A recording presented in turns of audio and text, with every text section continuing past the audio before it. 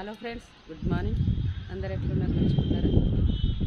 మా నాన్న ఎందుకు చచ్చిపోయిండో అని ఎన్ని రోజులు ఎంత బాధపడ్డానో నాకు తెలుసు. ఒక్క ఇంట్లో చుట్టాలు అందరు టార్గెట్ చేస్తే చచ్చిపోతారన్నది నిజం. ఇది మాత్రం అదే చుట్టాలు తోడేళ్ళు అయ్యి మనల్ని చుట్టుకుంటే చచ్చిపోదామన్న ఆలోచన మనకు వచ్చినప్పుడు ఒక ఇంటికి వచ్చి ఒక మనిషిని టార్గెట్ చేసి నీదే తప్పు అని వేధించినప్పుడు ఎలా ఉంటుంది అన్నది మా నాన్న చచ్చిపోయినాక చూపించిండు. ఒక బిడ్డలకు ఒక తండ్రి కంపల్సరీ ఉండాలి. ఒక మాట అంటే తండ్రి బలం, తండ్రి ముందట ఉంటే ఎన్ని మాటలన్నీ కొట్టుకోపోతే తండ్రి లేని బాధ నాకు ఎంత తెలుసు అంటే నాకు అంత తెలుసు. తండ్రి ఉంటే పిల్లలు ఎంత మాట్లాడినా తుడుచుకుపోతాయి. అదే తండ్రి లేకుండా ఉంటుంది.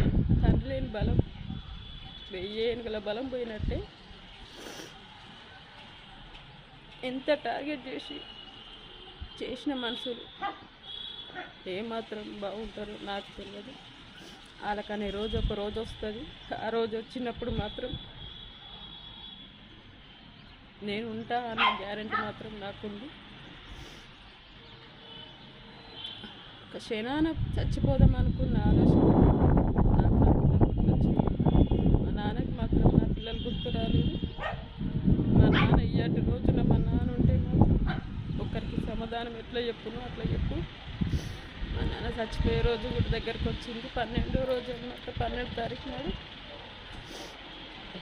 ఎంత బాధ పెట్టిన మనుషులు వాళ్ళు నిమ్మలంగా ఉంటుండొచ్చు, కానీ నేను ఏడ్చే కన్నీళ్ళు భూతల్లికి తాకితే భూతల్లికి తాకినాక ఏమవుతుంది అన్నది నాకు తెలుసు.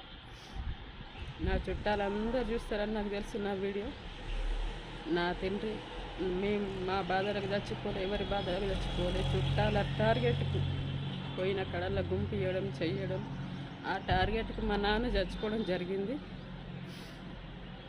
మా నాన్న చచ్చిపోయే రోజు దగ్గరికి వచ్చింది కాబట్టి నాకు ఆ నిజం చెప్పిండు అనమాట. మీకు మీ నాన్న ఉండొచ్చు, మాకు మా దేవుడే గుడు అండ.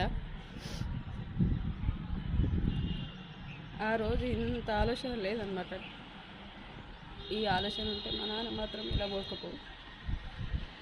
నా నాన్న గుర్తొస్తున్నావు, నువ్వే నాకు ధైర్యం అనుకుంటున్నావు.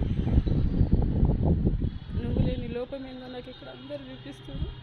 నువ్వు ఉంటే మాత్రం చాలా అంటుంటుండే. మిస్ యూ నాన్న.